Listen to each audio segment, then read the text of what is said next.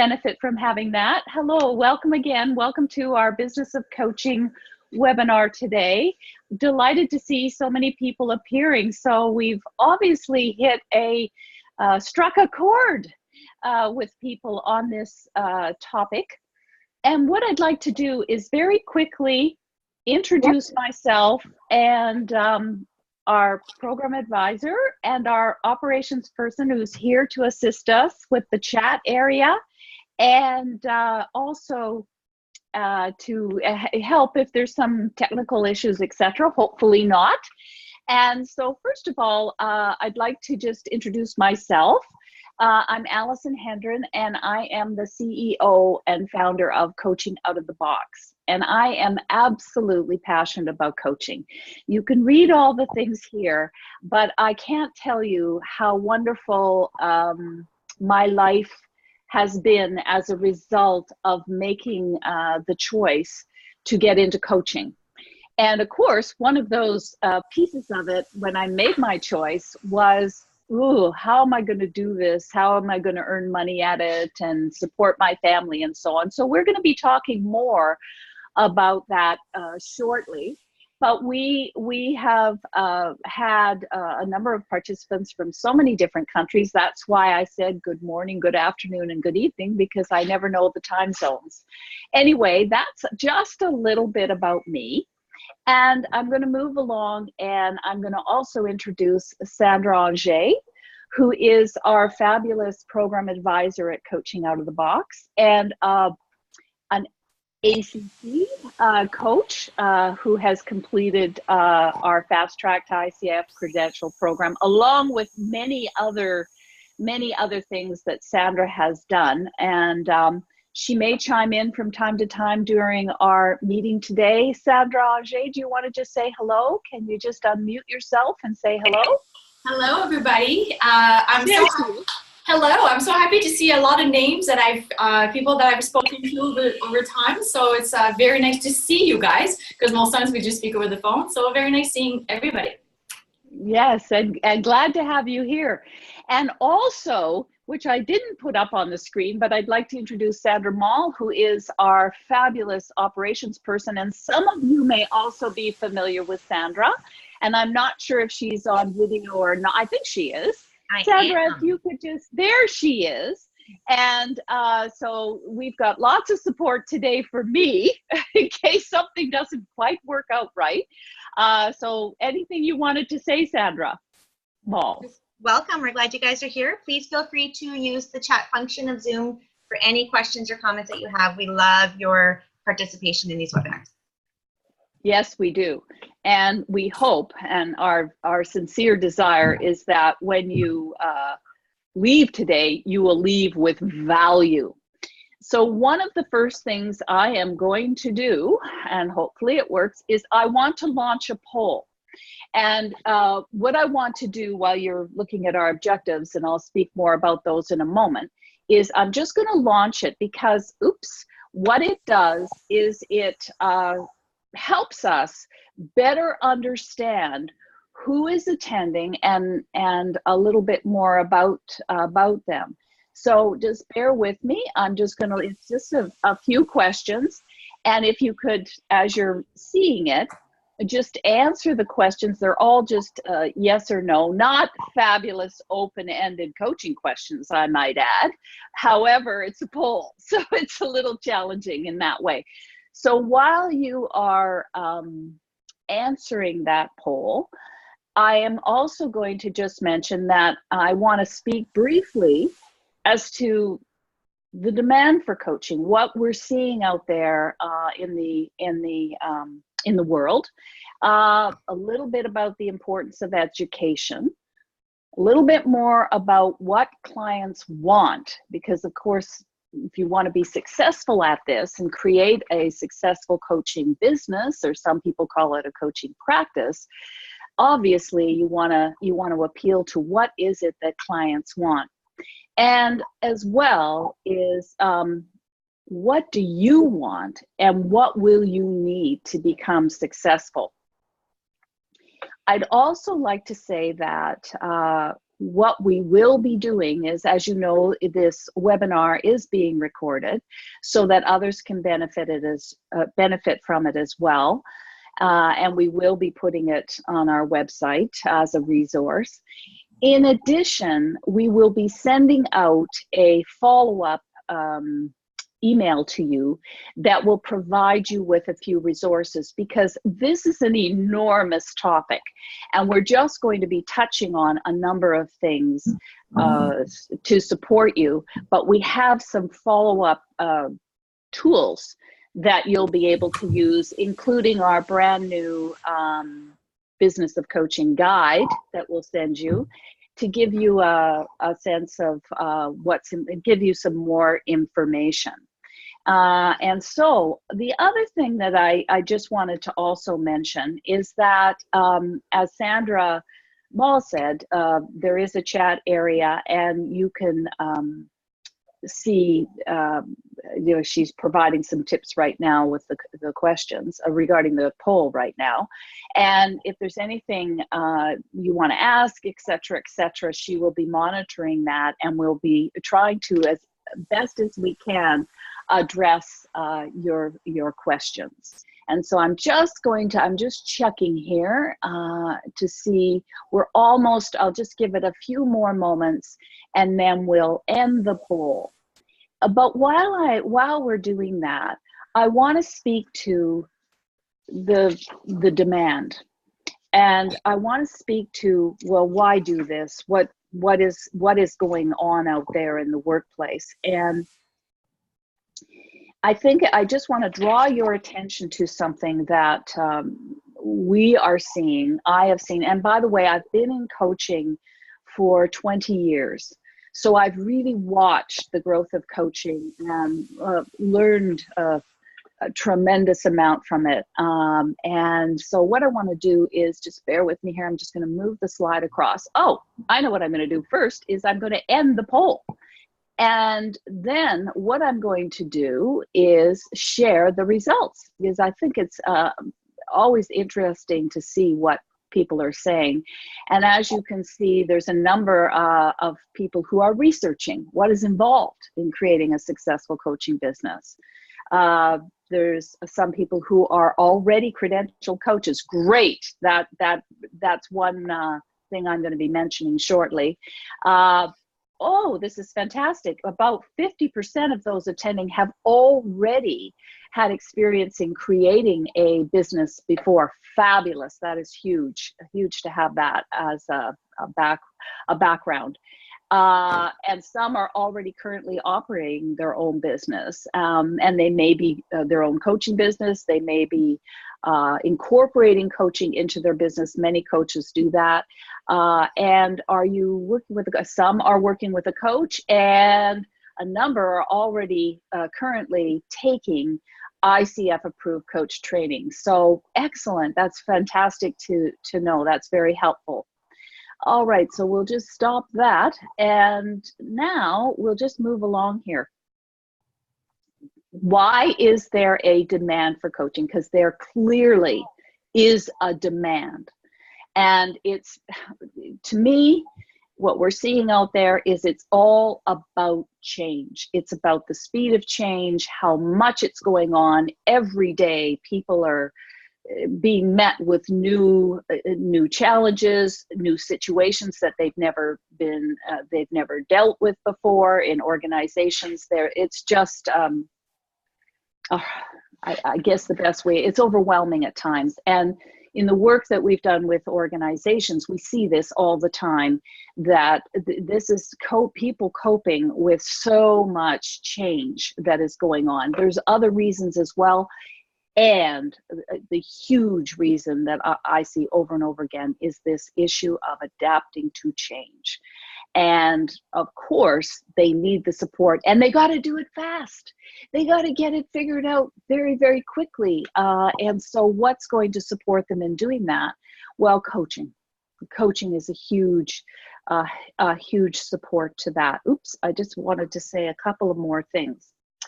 So I'm a big fan of the ICF. You'll hear a bit more about that as the webinar unfolds, which is the International Coach Federation, which is the largest professional association of coaches in the world.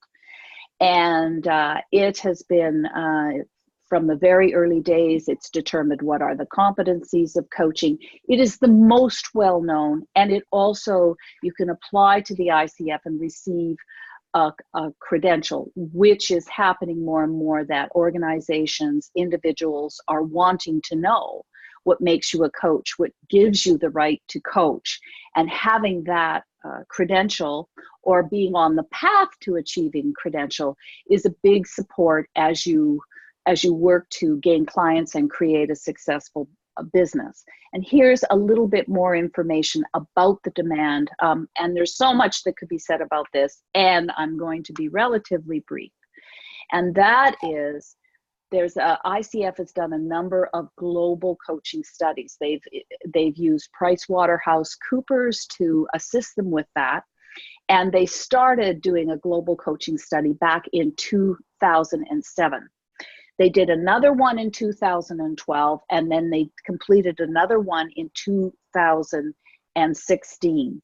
And what they're saying about coaches out there is that the average income for coaches currently, and I guess it could have gone up a bit in just the last, say, 18 months or so, is $61,000 US or equivalent.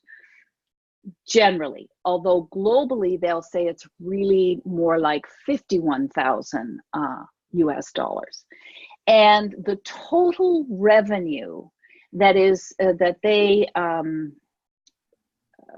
as a result of this survey from coaching is $2.356 billion in US.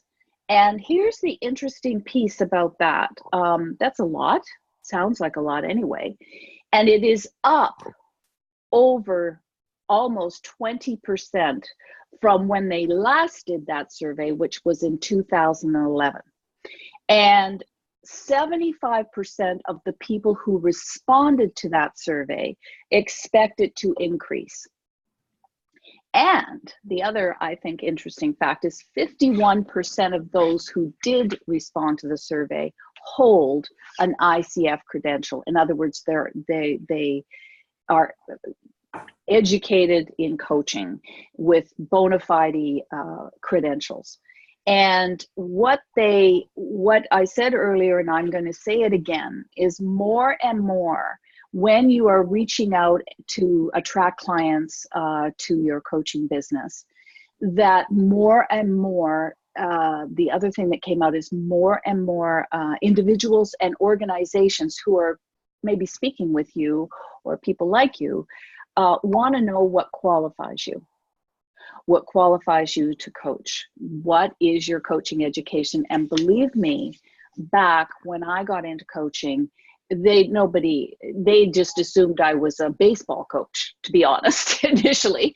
And it's been a huge education process over the last 20 years, and nobody was asking me that question. They are asking that much more now. So it's something to be present to. And it is for coaching and not consulting. So this, to create a successful business, is a no-brainer in my opinion. Get credentialed or commit to being on that pathway and really look to one. My feeling is it's the ICF because it's the most well-known. Think about that when you're out there. I am not saying that everybody is aware of this or that they're all asking, but let's not have this be a barrier to somebody hiring you, or as you're moving out there in the marketplace.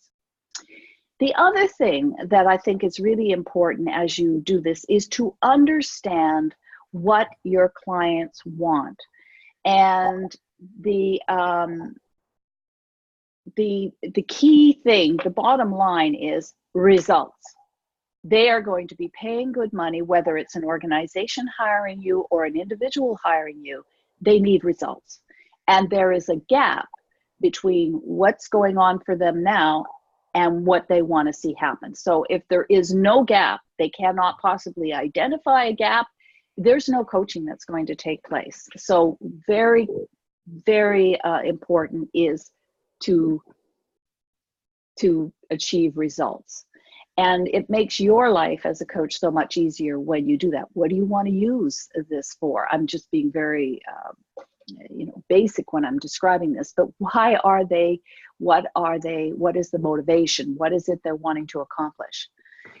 Another key thing is background. They want, generally speaking, they'll want what you have. They'll want something in your background that indicates to them, oh, I think I can work with this person, unless, by the way, unless you have long time credibility in coaching and you've been referred, etc. I mean, that's fantastic.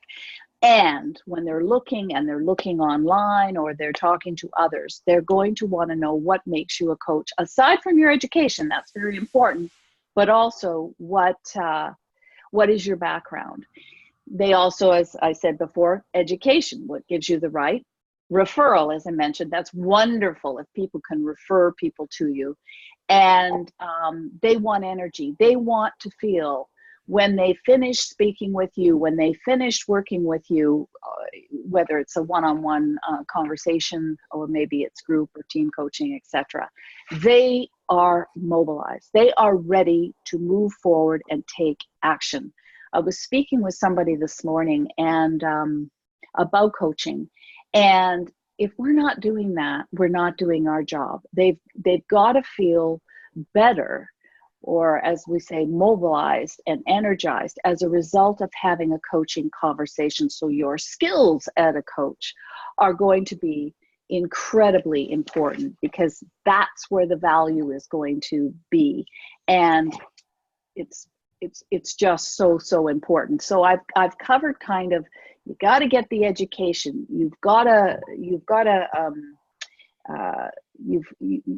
That is just so important. And you've got to understand what it is that they want and speak to that.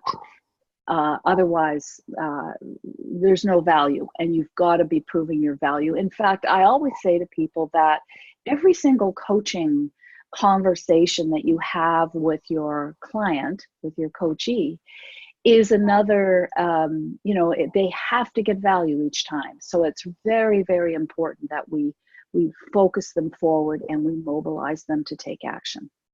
Okay, so what is it that you are going to need to be able to be successful at this? And I've just got a number of things here: vision and goals, business marketing plan, time and resources, support, operating systems, leverage what you have done, education and training, which is obviously what I've already spoken about before. But I really want you to be thinking about, why am I doing this? What is it that I am wanting to achieve? As we see, there's a number of you that already have had a successful business, maybe already have a coaching business. There are some that are new to this and researching. So what is it that's going on? Let me share with you. And actually, I'm going to call on Sandra Jay. She doesn't know this. I'm going to call on her as we're sharing this too. And actually, if it's okay, Sandra, I'd like to just ask you a question. So what made you want to get into coaching? I started working with a coach myself, an ICF coach, and I saw so much of my life changing, and I thought, I need to be in this, because the results for me were and it was so fast. And I went to a therapist before, and I thought, well, it felt there was no movement. I was like, okay, I'm getting what my issues are, but I'm not moving towards what I want. And coaching made that happen very quickly for me. So I thought, oh, wow, I love this process, and I need to I need to share that with other people because God knows people need to know about this. So that's what made me wanted to be an ICF specifically, because my coach was ICF certified. Okay, so it was modeled for you. In other words, you actually experienced the value of coaching and wanted to, and it resonated with you to also have a desire to do it, to use it with other people, to learn how to do it with other people. Is that right? That's what. Was there anything else that actually, because you've invested a lot of time and resources to be able to do that, yes. And so was there anything else that was behind that desire to do that? To get certified myself? To become a coach, yeah. To become a coach? I saw so much demand in the world. I saw that people need that, and everybody kind of feels lost, and everybody has a dream, and yet it feels like everybody's so jaded. Well, I don't know how to achieve it. I don't know. And I'm thinking in my head, but you have the resources, which is the basis of coaching. Right. You have everything, right. But they don't have the tools to do that. So I felt that in my circle, just in my own little circle of friends, how much they needed that. So that's what really, really convinced me that we need this in the world. Okay. Well, thank you. No, thank you. All right. So here's another piece to this, because I think that's a common, I hear that from so many people, but let me share with you one other piece to this. Yes, absolutely. Learn how to coach, do wonderful work, because you've got to have that passion. It's just so important. But it was also, in my case, and what I see and hear from many, many, many other people, it's lifestyle. It's, I'm tired of working for an organization, or I want to do different work in an organization, or I want to have my own business and I want to be the master of it. And I want to have a lifestyle that I can create, that I can deliver this to people in a way that also helps me live my life and have other choices in my life. So I'm gonna just share with you, in my case, I was in the corporate environment. I had been in senior leadership in the corporate environment, and that was fine and so on, but I was really wanting to be more independent, and I wanted to have the possibility that I did not have to live in the city. Coaching appealed to me at that time because I knew that I could do it. And of course, it's progressed beyond that now with the technology, where I could speak to people, I could have clients that were not necessarily located in my geographic area, that with the technology and so on, I could do this from anywhere, and maybe get in planes every so often, which I did and do, and go on site or in my car and do that. But it allowed me to create a lifestyle, and I think that's a very common piece to when I speak to people who get into coaching.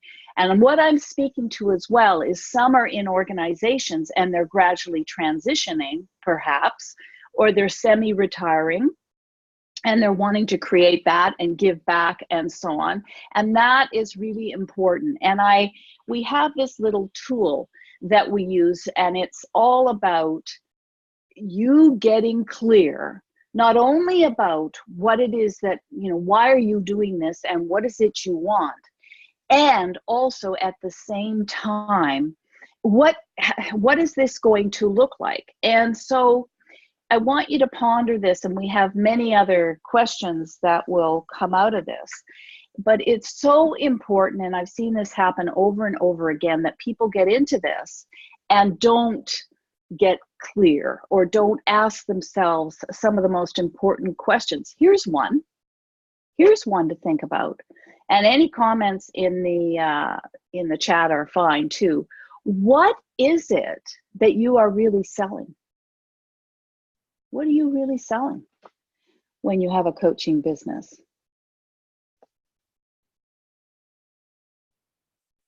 I'm looking for if anybody's willing to jump in the chat or unmute themselves and we can hear what they have to say. What are you really selling? Think about it. balance. I'm just going to share a little bit. Access to change. Jim, hi Jim. Results, growth. Career change, growth.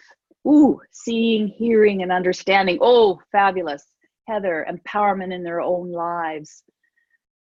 I don't frame it as selling. I see it as helping. Lovely. Yeah, lovely.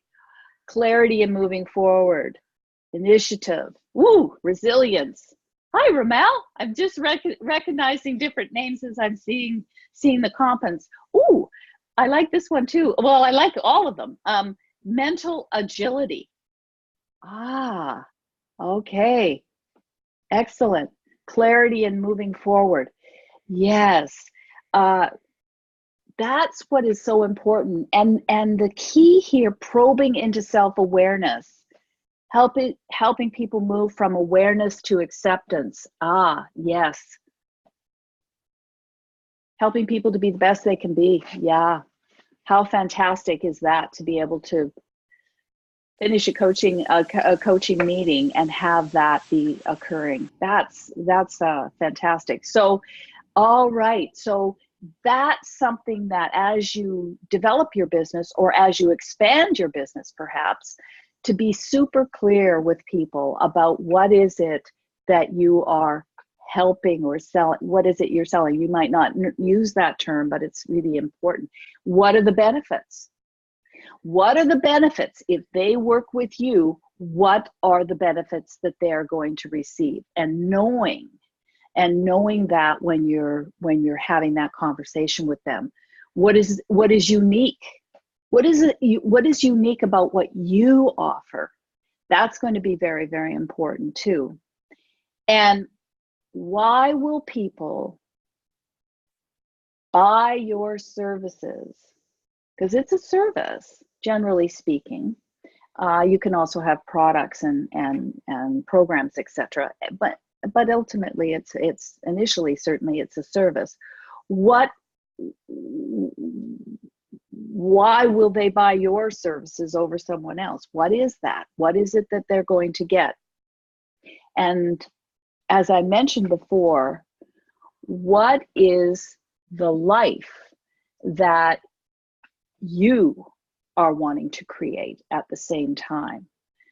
And there's lots more of those questions as well that you will be able to ponder. We will let you know. We've got a little tool, and we'll be providing that, and we also will providing our guide as well after this webinar, plus the slides as well. I think that understanding what is most important to them is going to be so critical. So getting clear about what it is you offer, how you're going to do that is going to be, it's just an enormous piece to this. And the other piece to this is understanding what your business is. What products and our services do you provide? Anybody provide products in addition to their coaching who are having their businesses? I don't know if we can raise their hands. Can people raise their hands in this? I can't even tell. Yes. Oh, there. Hi. I can see Paul there. Yes. Okay. So Paul, you offer products as well? Okay. Yes, I think you can call good. Go ahead. Go ahead. No, please go ahead, Paul. No, I think what I would say in the past, what I've offered, have been in fact seen by the clients as products, not marketed in a general product sense, but what they get as part of the consultation or coaching process, is seen as a product to them, as something tangible that they take and use and whatever. Okay, excellent. That's fantastic. I love the way you've been able to articulate that to your clients, so they see working with you, using you as a product that they purchase, and it includes a number of things. I think, if I'm hearing you right, and yeah, great, fabulous, and I see. some other people, EQ assessments, leadership training. Yes, we are big proponents of coaches also being coaching educators, because I learned this years ago as I was coaching CEOs and managers and VPs and so on in organizations, that they would say to me over and over and over again, I want to learn what you're doing. And they were kind of listening with two different sort of perspectives, because they were all leaders. And so what I found started to happen, and why coaching out of the box has evolved or has been created, was they wanted to learn how to have those same kinds of conversations with the people that they worked with. They liked the kind of questions I was asking. They liked the skills I was demonstrating when I was doing that. And so what I always say to coaches is, be committed to becoming a coaching educator as well, because they will want to learn, and they will mimic even at times some of what the skills and the way you're interacting with them. That's really, really important. And as you can see right here, I've already sort of kind of touched on some of this before, but it's so, I can't tell you how important it is. It's getting clear, getting absolutely clear. What is it you are offering, and what are you really selling, and what value are you providing to your clients, your customers, etc. So knowing that and understanding your vision and your mission in this is extremely critical. So we're going to go into the stuff that I have seen get in so many people's way when they're embarking on this, creating their own successful coaching business. And that is operating systems and support. And what I mean by that is, what is it you're going to need to be able to fully thrive and take on customers and clients and work with individuals or work with organizations and so on. And I'm curious, we've got a number to share, but I'm also curious, what does that mean to you? What comes up for you when you see this, operating systems and support? What is it you're currently using in this particular capacity? What are you using? What's supporting you right now? For those of you that are Zoom web conferencing, beautiful, beautiful example. You want to make it, and this is critical, is you want to make it as easy as possible for people to do business with you. So how will that look? Carlitha's saying Zoom web conferencing. You meet your coachees, your clients via that way. Time trade, electronic scheduling. Beautiful. Make it easy for them to schedule time with you. Automated systems, Trello, Skype, online coaching. Noah, that's could you say just a little bit more about that? Face-to-face, Dr. Wafi, yes. Okay. Hello. Yes. Hi. Go ahead. Can you hear me? Yes, I can. Hi, Noah. Hi. I would like to be able to do online coaching between, internationally, from my country to other countries.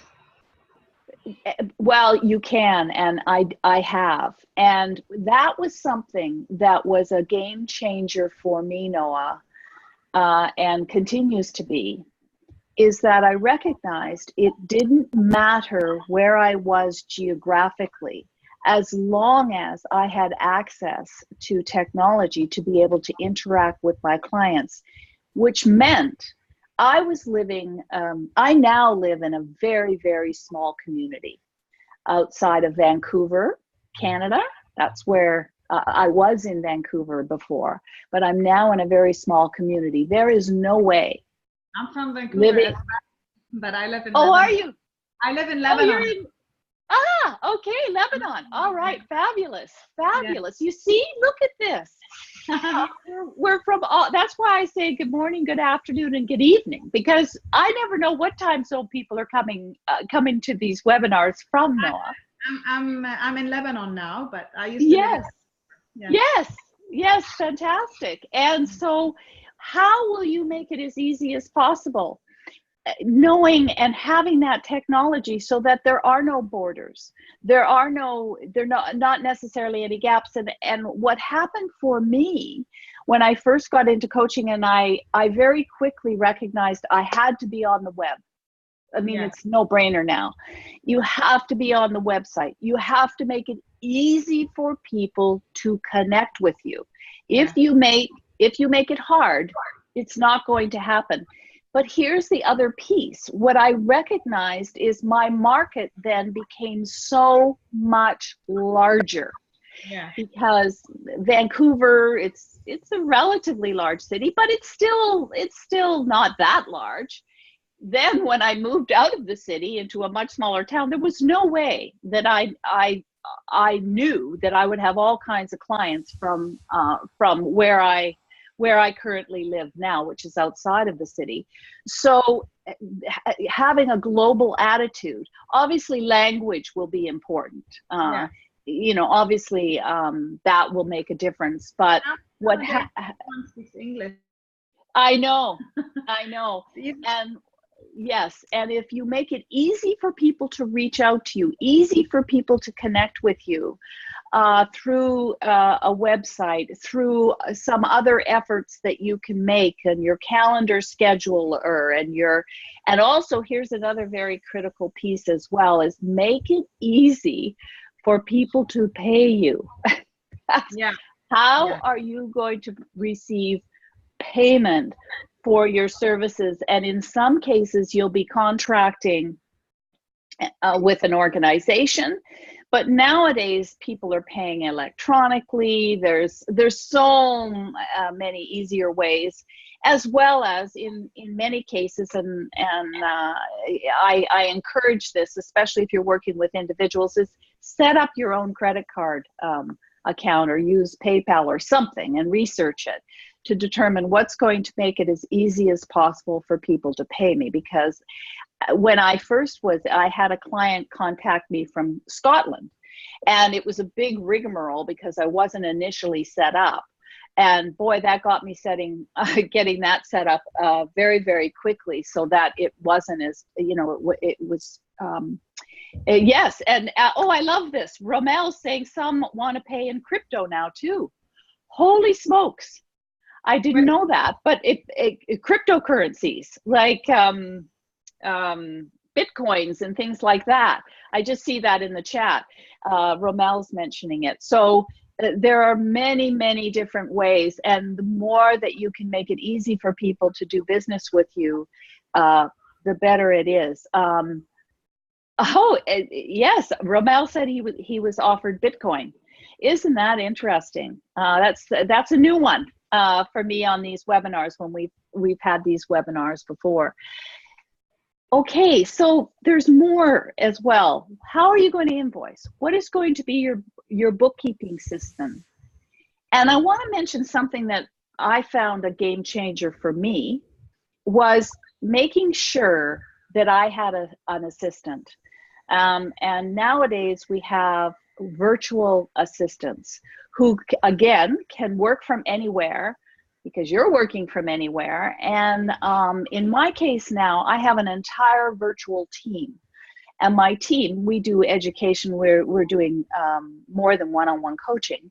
And they are located in the United States, in Canada, in the UK, Australia. So we have people in many, many different countries. We have a number of trainers that we use that are located in many, many different countries. So, but having that virtual assistant who can do a lot of that for me, and does do a lot of that for me. Mine is Sandra Moll, who in my opinion, and she doesn't know I'm going to say this, but she is the best virtual assistant I have ever worked with. And I've been at this 20 years and I've gone through a lot of virtual assistants. So what would that person do for you? What would a virtual assistant do for you? What would be the things that you could just literally delegate over to them so that you can concentrate on growing your business, on attracting clients, and having that be the where you spend your time, or creating programs or products or whatever that you're also going to package in to whatever it is that, whatever services and products and so on that you're providing. Think about that. You also may want to have project management, client collaboration tools, and a couple of other things that I think are really important. You need time and money. You are going to need to invest, whether it's investing in your education, whether it's investing in your website, whether it's investing in other tools that you're going to create, payment systems, marketing. Marketing is an enormous, I consider it fundamental. I mean, it's just, you must do that. Because here's the thing. I have run into so many fantastic, powerful, potent coaches in my time, and their secrets. Their secrets. People do not know they exist, do not know what they do. You cannot be a secret and be successful in coaching. You have to have people who are aware of what you do and aware of what you provide. So I'm also going to share a little screen here that has a number of resources here that I encourage you to review. And I want to acknowledge Sandra Moll for providing these for this webinar today, because when you're new to this, it can be overwhelming. And so knowing and having a few resources, and like I said, we'll be providing some after the webinar as well, or we'll be providing access for you to get some of those resources as well. And I'm curious, what did I miss? What am I missing in this? What have I missed that you feel, or that some of you have experienced, has been critical for you in succeeding and growing your coaching business? Good question, Paul. How important do you think social media is? Oh, great question. I use social media support. We do use that because, again, it's about being known. And it connects with all the other things. It's not always easy to necessarily tell, but if I'm not there, every day, we and coaches that I know who are on LinkedIn, I'm always getting different connections on LinkedIn. Very, very important. I think that's a great source. Facebook, Instagram, Twitter, yes, and sometimes there's been some people aren't even on Facebook. What I've found is that organizations, if you're wanting to work with organizational leaders and managers and CEOs and that kind of thing, they may be on Facebook, but they're not doing that on Facebook. I'll see them come more from, say, LinkedIn. So again, it's part of what you do. It's a no-brainer to make sure you're on the various platforms where people can find you.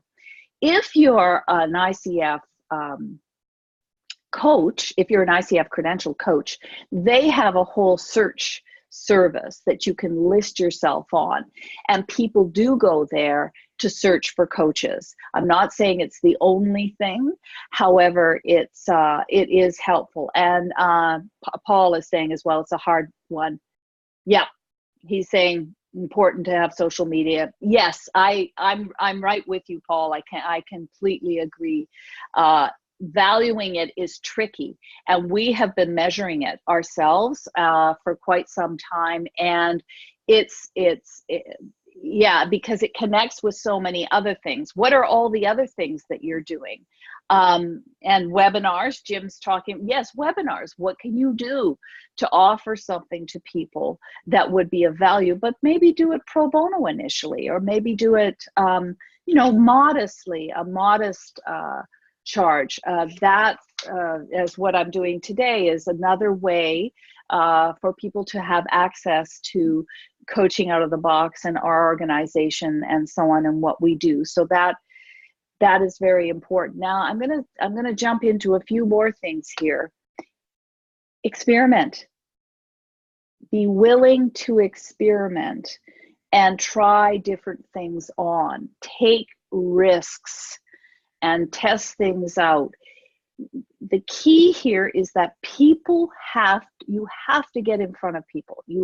People have to have an experience of you. And one of the things that I have found is to actually have them experience your coaching is so important. Whether it's a short conversation, whether you're modeling it when you're out interacting with people, whether you're going to the local chamber of commerce, I'm using that as an example, or a virtual chamber of commerce, or whatever. Use your coaching skills. Have people experience that from you. So critical. Offer coaching, Janice is saying, is a draw prize. Right. Beautiful. Great idea. Get a coach. Beware of a coach who has no coach. And what I mean by, I don't mean forever and a day, you're always constantly working with a coach. My latest coach, I've been working with her for 4 years right now, as I've grown my business and so on. And it is beyond, it has been beyond worth its weight in gold, in my opinion, for what it has done for me and the challenges that I face. So what are you doing about that? Beware of someone who's never had any coaching themselves, but is holding themselves out as a coach. I can't say, I mean, it's just, it is absolutely a no-brainer. As I mentioned before, you cannot be a secret. So how are you going to get known out there?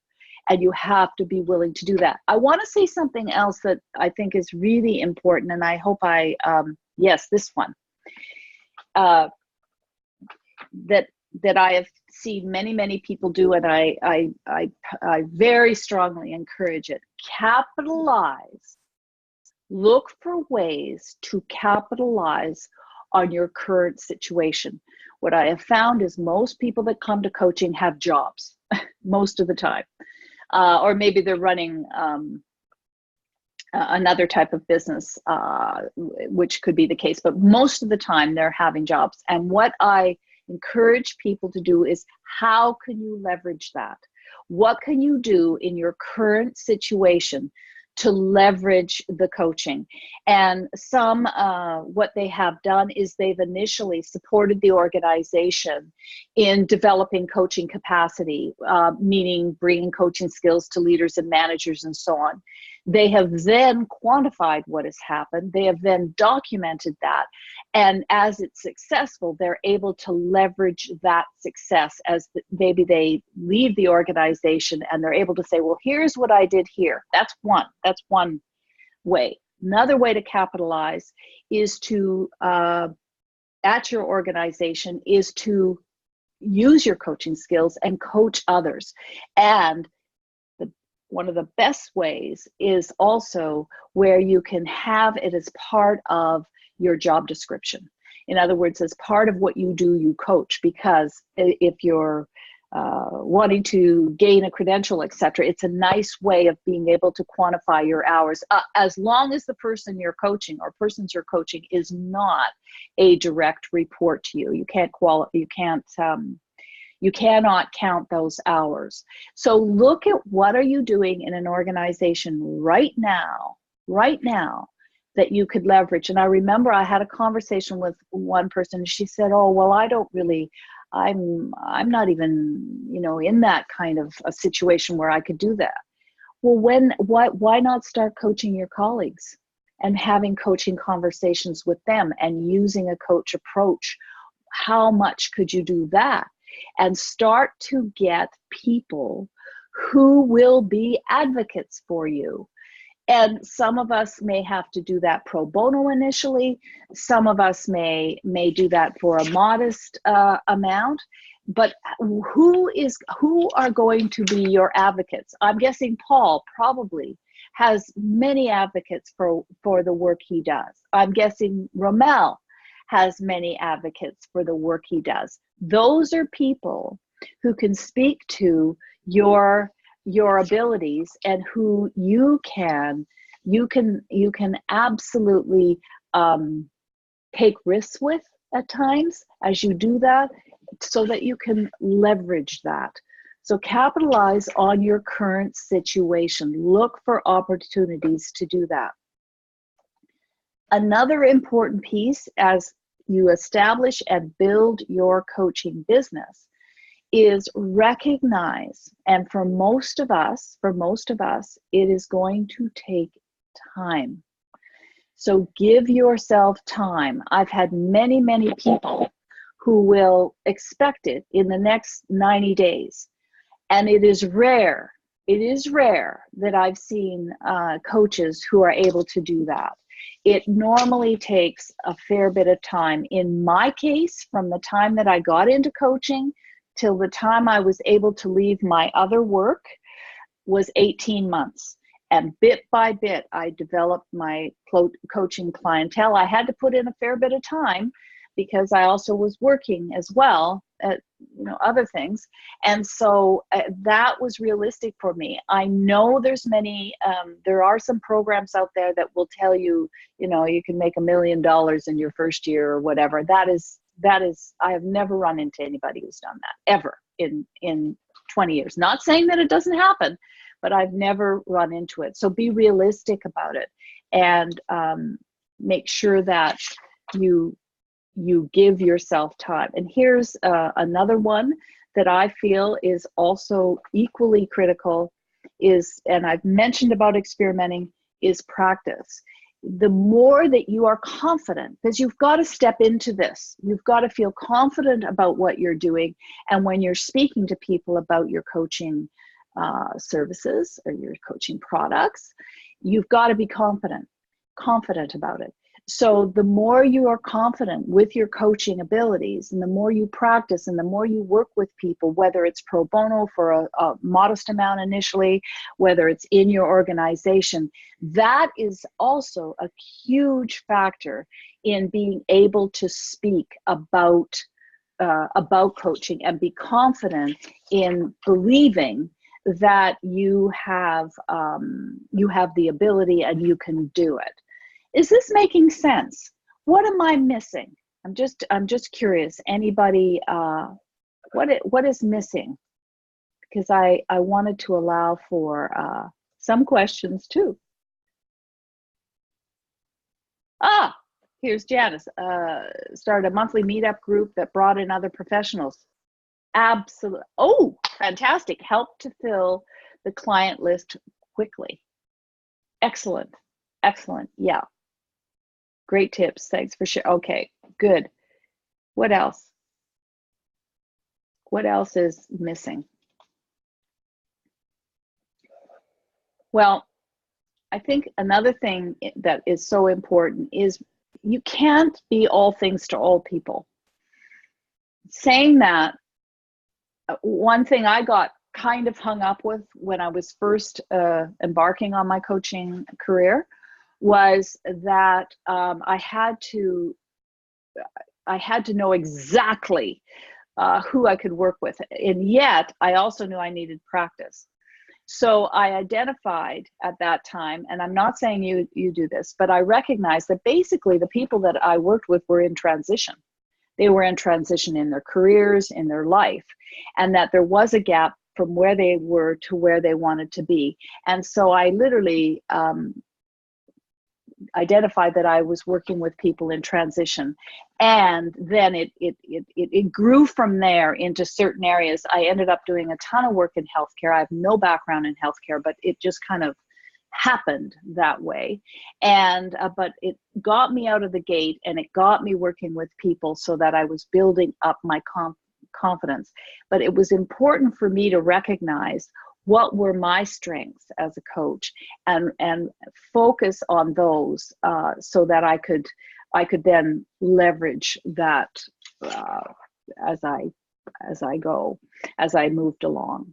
And so I'm also very aware of our time, and I want to just I want to emphasize, obviously, I'm doing this free webinar. We have a fabulous Fast-Track ICF Credential Program. If you haven't got your education, we'd love you to look at it, talk to us about it, talk to Sandra Jay about it. Happy to do that. We also have a Train the Trainer program for our proven model that you could take into organizations or have as another offering if you're already qualified as a coach. That is, we'd love that.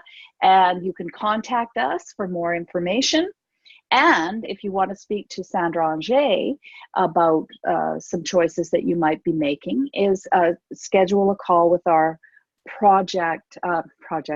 program advisor, Sandra. And there's the link to that. And I'm just looking here. I wanted, somebody's going to speak. Hello? No? Okay. And we're going to be providing resources. I see your question, Heather. We're going to be providing some resources, so stay tuned. But I'm curious, what specifically are you walking away with? You've spent your time with us today, and we appreciate it. What specifically are you walking away with as a result of the time you spent with us today?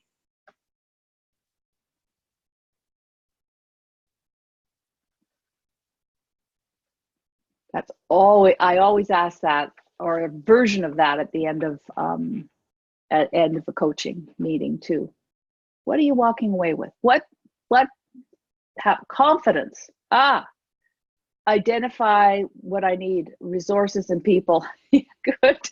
Walking with confidence. Noah, that's great. And so nice meeting you too in Lebanon. Okay. Some cool technology stuff. Yes, and we'll be sending that list, so that will help. Being realistic in my expectations. Great. I need a marketing social media assistant. Yep. Validation. Oh, Paul, I'm pleased to hear that. I understood that are key. Also some new thoughts on what I need to do, get on with. Good. I'm pleased to hear that. Answer questions you put at the beginning of your webinar. More questions. Yeah. But I also recognize it's part of the process I'm going through at the moment. I know that. And by the way, 20 years in, it never ends. I'm going to tell you, it's always going on for me as well. So thank you so much. And stay tuned for our follow-up email. We'll have the slides, we'll have the recording, we'll have some resources, and have a fantastic rest of your week. Thank you so much.